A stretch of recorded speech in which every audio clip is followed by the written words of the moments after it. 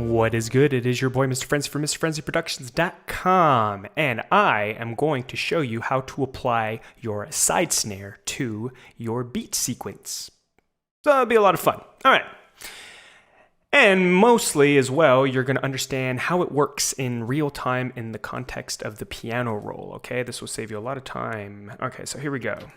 I want to find a side snare. So just to give you a little bit of definition, the side snare traditionally is the snare that the drummer has on the side, usually on the left side of his hi-hat, okay?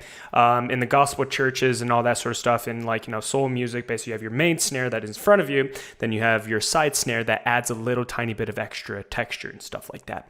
So basically the side snare is just it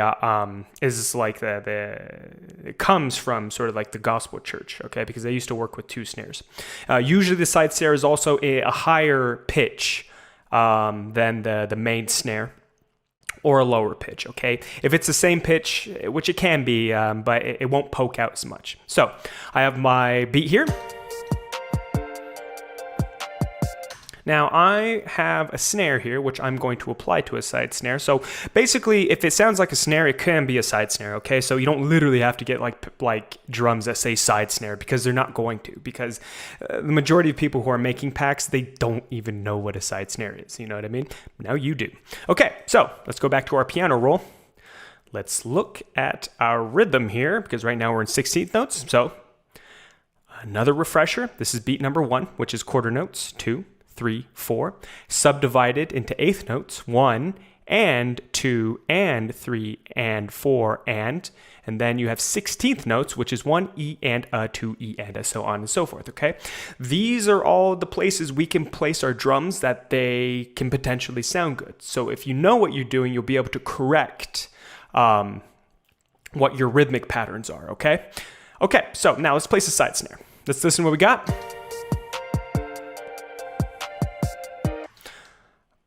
Now, what I'm going to do is I'm going to use, in my head, I would want a side snare after my first kick. But where? Got. To me, it sounds like that first side snare will be on the and of 1. Remember, plus sign means and, okay? And the reason why you put plus sign instead of and, because I don't have to type out and, okay? So, first side snare's here. I like that. That's perfect. Now, I want to actually go down in pitch with the side snare.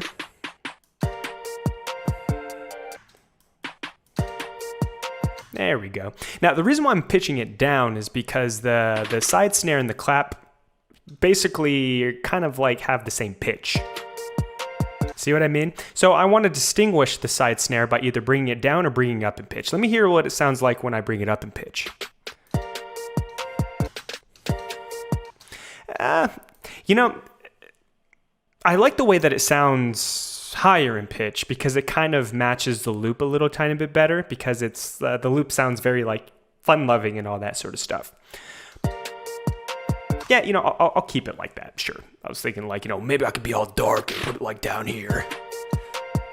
I kind of like that though a little bit better. I'm going to keep it down here just because I can, which is awesome.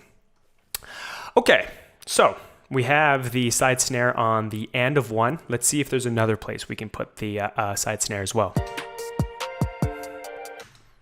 I'm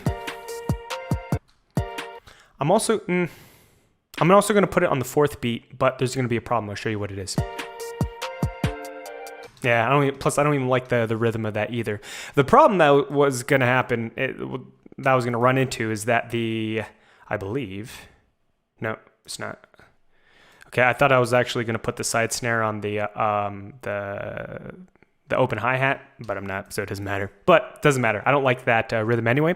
So what I'm going to do is I'm going to place the side snare on the and of 4 as well. So on the 8th notes of 4. The 4 and of 4. Here we go.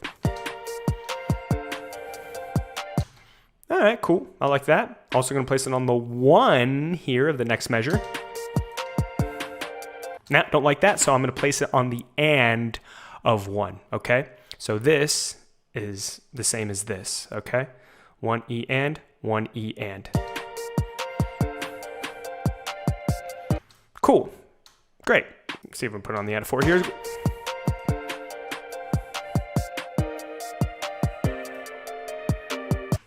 Cool. Now what I'm going to do is, because I don't want side snares all over the place, is I'm basically going to have one beat free of side snares. I'm going to bring them back in on the fourth measure, okay, or on the fourth beat.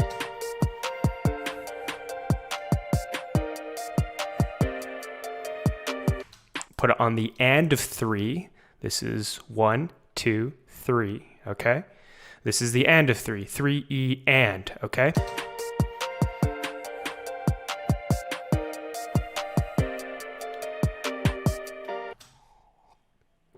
Which I believe actually does conflict with one of the open hi-hats, but you know, that's okay. You know, whatever. I think it kind of sounds good. All right. Cool. Actually, I might do this. Yeah, let's do that. Cool, fantastic. Side snare done. Context with the beat. Let's listen to all of it together.